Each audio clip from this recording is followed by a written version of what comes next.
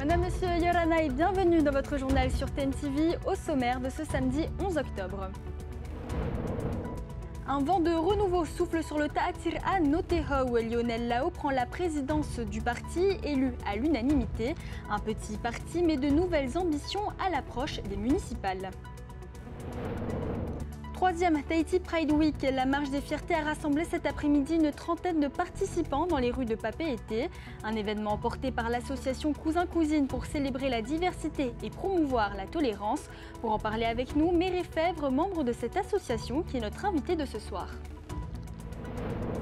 Octobre, c'est aussi le mois où l'on prend soin de son esprit. Au centre hospitalier, les patients de psychiatrie ont dévoilé une fresque en mosaïque qu'ils ont créée ensemble. Un projet artistique et thérapeutique à découvrir dans cette édition.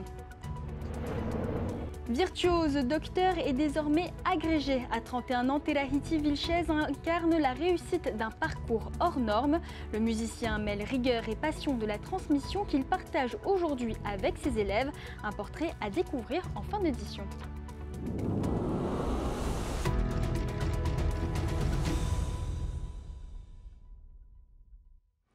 Elle entre dans l'histoire du surf mondial. C'est officiel, Tia Zebrowski sera sur le World Championship Tour 2026. À seulement 14 ans, elle devient la plus jeune surfeuse de l'histoire à se qualifier. Sur les vagues brésiliennes, une victoire au premier tour lui suffisait pour décrocher le précieux sésame. Et sans trembler, Tia s'est imposée avec deux vagues notées 6,50 et 5,17. Deux autres Tahitiens sont encore en lice, Kiara Gould et Kaoli Vast. On leur souhaite bonne chance. Un nouveau visage à la tête du Ta'atira Noteha où Lionel Lao a été élu sans surprise et à l'unanimité ce matin. Le parti politique principalement soutenu par la communauté chinoise veut retrouver un rôle sur la scène politique locale. Et premier test, les élections municipales, reportage de Thomas Chabrol et Jeanne Sinorua. Un nouveau chapitre s'ouvre pour le Ta'atira Noteha avec l'élection de Lionel Lao à sa présidence. Seul candidat pour ce poste, il obtient la majorité des voix à main levée. Il remplace Charles Fongloy pour un mandat de 5 ans. C'est un engagement que j'ai déjà commencé il y a plus de 20 ans en travaillant dans l'administration. Et ces dernières années, puisque j'ai travaillé depuis 2013 avec les gouvernements successifs, donc aujourd'hui j'ai senti le besoin d'exprimer peut-être de manière plus forte notre vision politique du développement et de l'avenir pour notre pays. À 45 ans, Lionel Lao incarne le renouveau au sein du parti. Il promet de tourner le Ta'atira Noteha vers la jeunesse, de moderniser ses méthodes de communication et de redonner au parti une place sur l'échiquier politique. Ancien conseiller technique sous le gouvernement Fritsch, puis directeur de cabinet un temps sous le gouvernement Brotherson, il souhaite aujourd'hui mettre son expérience au profit de la population. Lionel a longtemps œuvré dans ce parti politique et sa jeunesse, sa vision fait que il a eu la confiance de tous les votants. C'est une personne intègre, c'est quelqu'un qui a déjà de la passion, je l'ai déjà répété, mais il aime ce qu'il fait, il est très investi dans tous les projets qu'il fait, il sait se fixer des objectifs et tout faire pour les atteindre. Le nouveau président reçoit le soutien des Tavana de Papeete, Aroué, Punaoya. Le parti se positionne pour les prochaines échéances municipales. Déjà directeur de campagne de Rémi Briand, candidat à la mairie de Papeete, Lionel Lao n'a pas encore confirmé s'il sera ou non sur la liste. On travaille effectivement activement à la conclusion de la liste.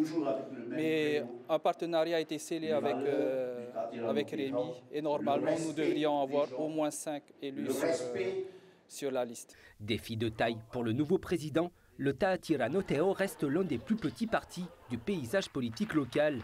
Pour convaincre les électeurs et s'affirmer face aux grands partis, le nouveau bureau veut élargir ses adhésions et convaincre la jeune génération.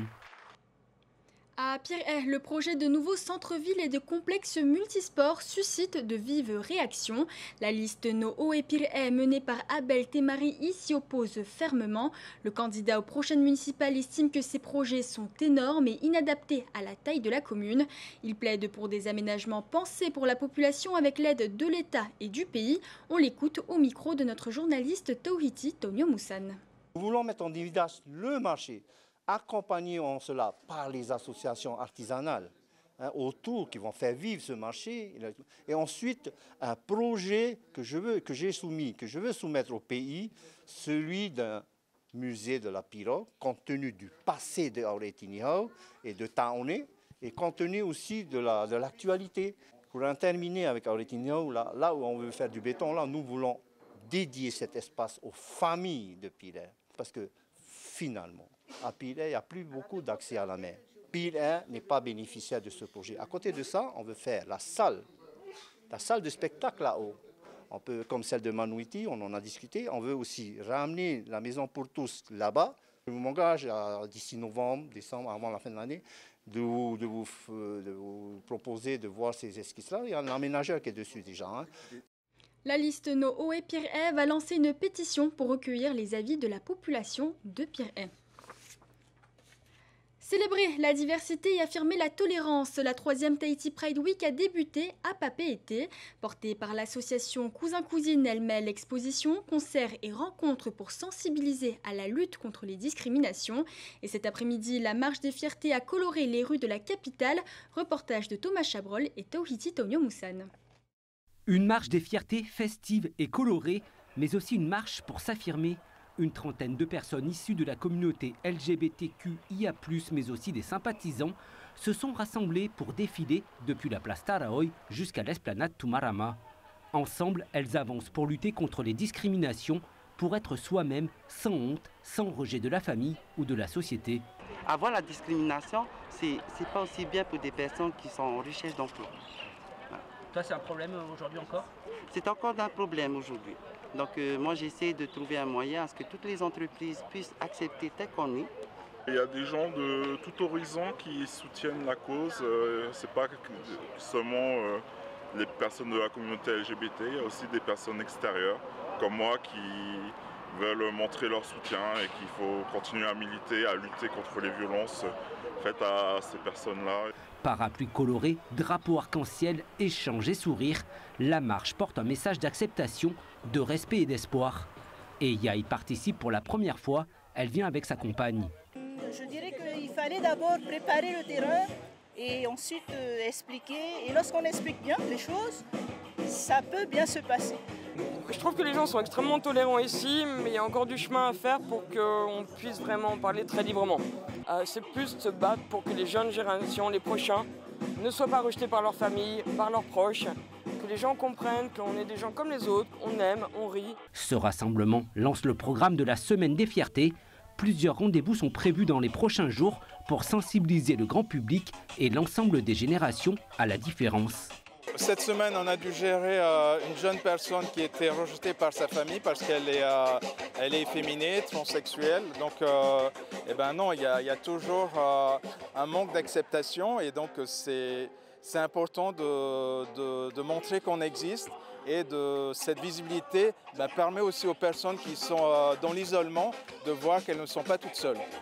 Même si cette marche n'a pas rassemblé les foules, l'association Cousin-Cousine continue son travail pour changer les mentalités et mieux comprendre la pluralité des identités. Et avec nous en plateau ce soir, Méré Fèvre de l'association Cousin-Cousine Yorana. Yorana Mika. Alors pour cette Pride Parade, une trentaine de personnes se sont rassemblées. On imagine qu'il y a pourtant beaucoup plus de personnes concernées ici à Tahiti. Comment expliquer ce faible taux de participation ? Alors, comment expliquer ça? On le sait plus ou moins, c'est-à-dire qu'on a honte de se mettre en avant et entre revendiquer et s'afficher, il y a quand même, on va dire, une différence. C'est pas trop aussi dans notre façon de faire à nous, donc de se mettre comme ça en avant. Donc c'est plus ça, on a honte, voilà. Et quelle est la différence entre s'afficher alors et puis assumer? Alors, on peut l'assumer au quotidien, voilà, sans forcément faire des parades ou aller le revendiquer devant la télé ou des choses comme ça. Mais d'ailleurs, j'aimerais aussi remercier ces personnes qui, dans le quotidien, le vivent leur amour, même si sous le regard des autres, même s'ils ne viennent pas à la marche, eux participent aussi à cette inclusion-là.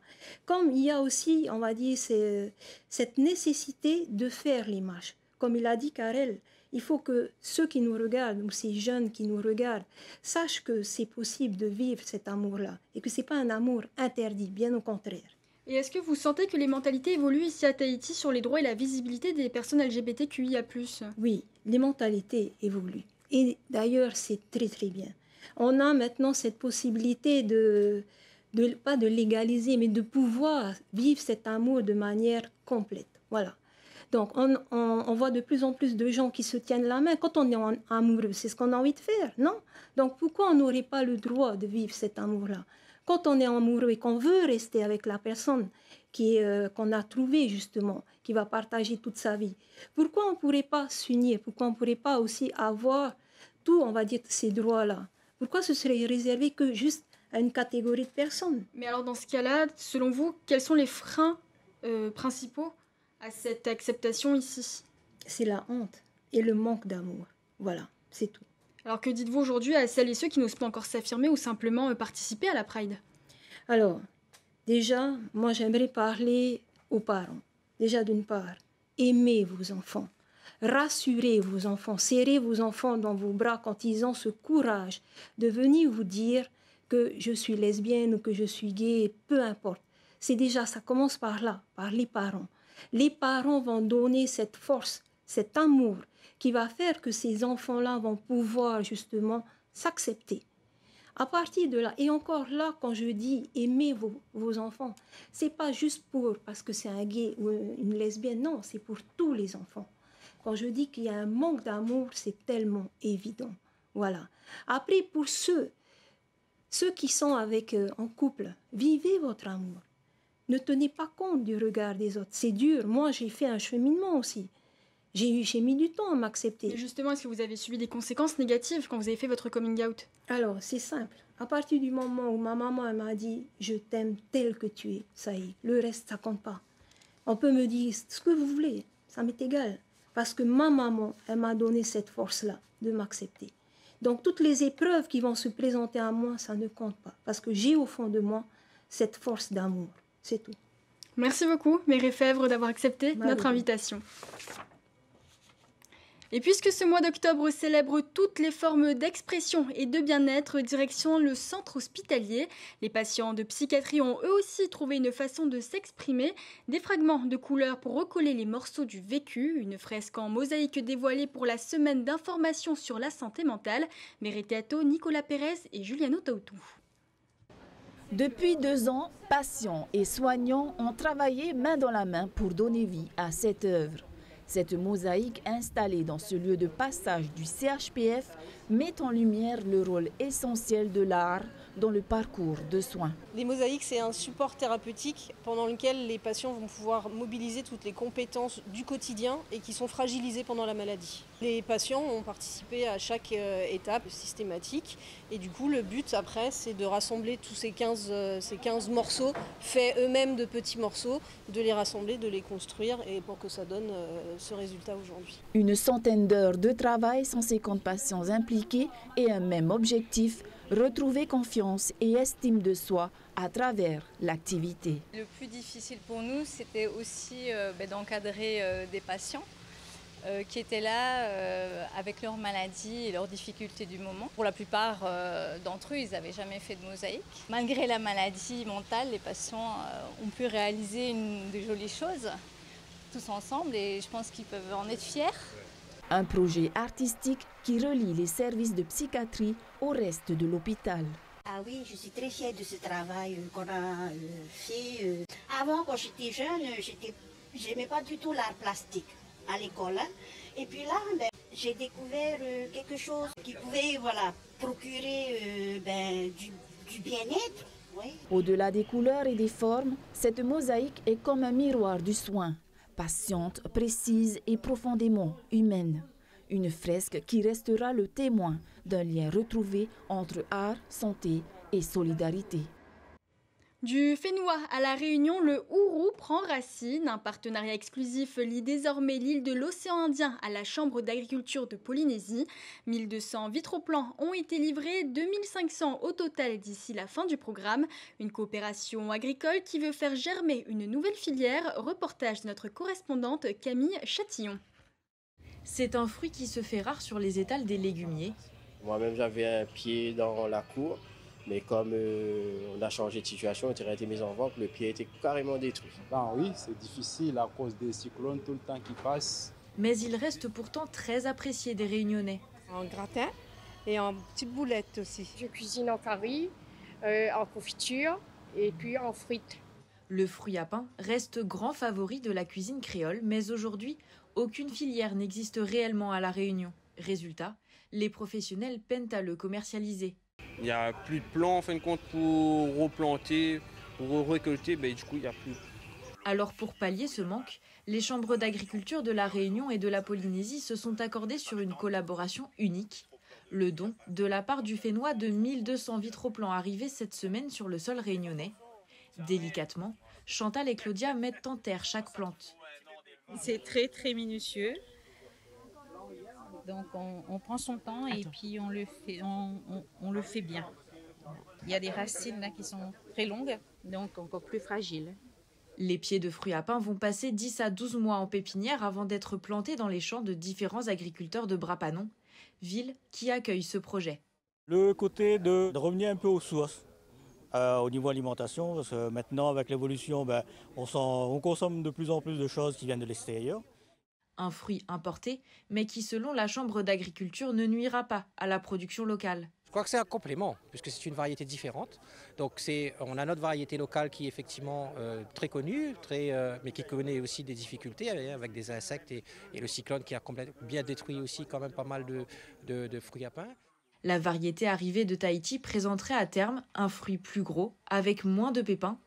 En phase de test, les premières estimations prévoient jusqu'à 20% de pertes sur l'acclimatation de la plante, puis 10 à 20% de pertes en culture sur le sol réunionnais.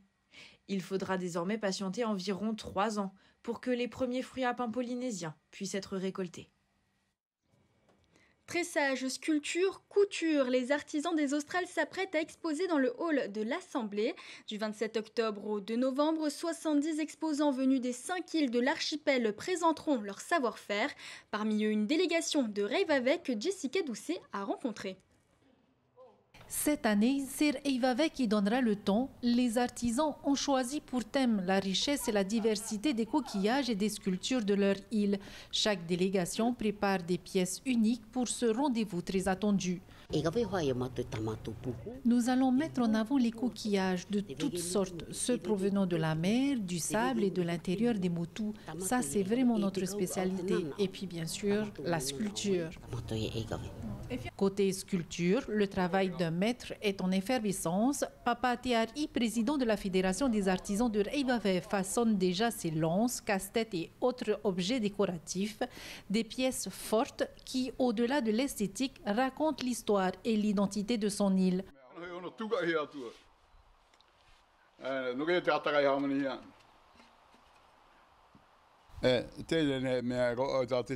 On n'a pas le droit de faire des motifs ou objets autres que ceux de ton île.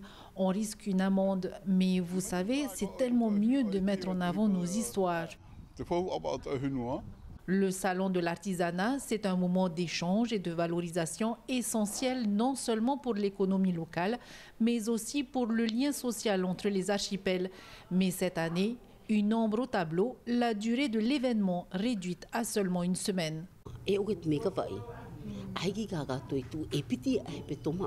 Ce n'est pas suffisant. Ils auraient dû maintenir 2 semaines comme d'habitude. C'est plus avantageux parce que les frais sont importants, comme le billet d'avion. On est aidé à hauteur de la moitié du billet d'avion, mais il reste toujours l'autre moitié à notre charge. Ce n'est pas rien.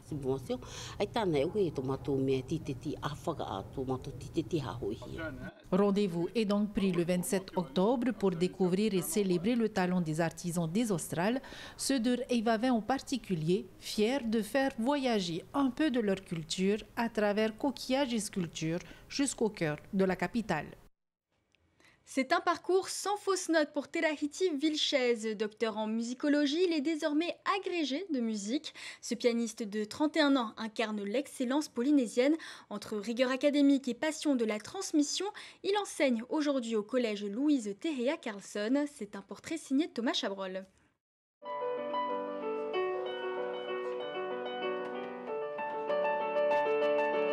Habitué aux scènes des salles de spectacle à Tahiti et à l'international, Teraïti Vilches écrit une nouvelle partition, celle de l'enseignement. Après 10 ans d'études brillantes au Canada, l'artiste décroche en 2020 son doctorat, spécialité piano classique. Si une carrière de musicien semble toute tracée, il découvre l'enseignement à Montréal en parallèle de ses études. Ça m'avait beaucoup plu, j'aime ce côté didactique en fait, et en plus avec la musique qui est ma première passion, donc voilà, c'était on va dire assez logique que je continue dans cette voie-là ici en Polynésie. Agrégé depuis quelques mois, il est enseignant stagiaire à plein temps pour la première fois au Collège Carlson. Il souhaite construire avec ses élèves des projets musicaux et éveiller leur fibre artistique. Avec cette chorale, Teraïti travaille des chants polynésiens. C'est primordial, il faut connaître ses racines. Et après, bon, c'est vrai que de mon côté, j'ai un peu cette double culture. Et je serais plus enchanté de pouvoir partager aussi ça, et cette ouverture sur le monde, cette curiosité aussi. Né au Pérou, Teraïti a été bercé depuis l'enfance entre des influences polynésiennes et latino-américaines. Cet héritage lui vient du bagage familial transmis par son grand-père puis son père, Félix Vilches, producteur de spectacles et musicien bien connu au Fénois. Je pense qu'il avait naturellement une discipline pour les études. Mais l'intéressant, c'est qu'il a lancé tout cet intérêt dans le monde de la musique. Et mon fils, il a pu vraiment être un musicien de spectacle, qu'il a beaucoup aussi. Mais lui, il a voulu entrer plus pointu à une recherche plus profonde de la musique. Ensemble, les deux artistes, père et fils, aiment se retrouver dans ce studio pour composer, jouer et parler de ce parcours musical sans voir les heures défiler. Le contact aussi avec les musiciens, le contact avec les différents profils de musiciens, les différents genres musicaux. Bon, mon père avait organisé des tas de concerts et d'événements musicaux avec des artistes invités, donc j'ai toujours été exposé un peu à ce rayonnement musical, mais de l'extérieur. Le fait d'avoir sûrement fait le doctorat, ça m'a ouvert un peu la voie sur l'enseignement et sur la recherche aussi. Entre la gestion des classes et sa carrière de soliste, Teraïti compose une nouvelle mélodie, celle de la transmission et de l'ouverture sur les musiques du monde. C'est la fin de ce journal, merci de l'avoir suivi. Dans un instant, retrouvez votre magazine Waves avec un reportage sur le 2e Jesus Fish Festival, suivi de Masked Singer spécial frisson. Je vous souhaite une très belle soirée sur TNTV et vous donne rendez-vous demain à la même heure. Retrouvez ce journal en replay sur notre site internet et notre application mobile TNTV.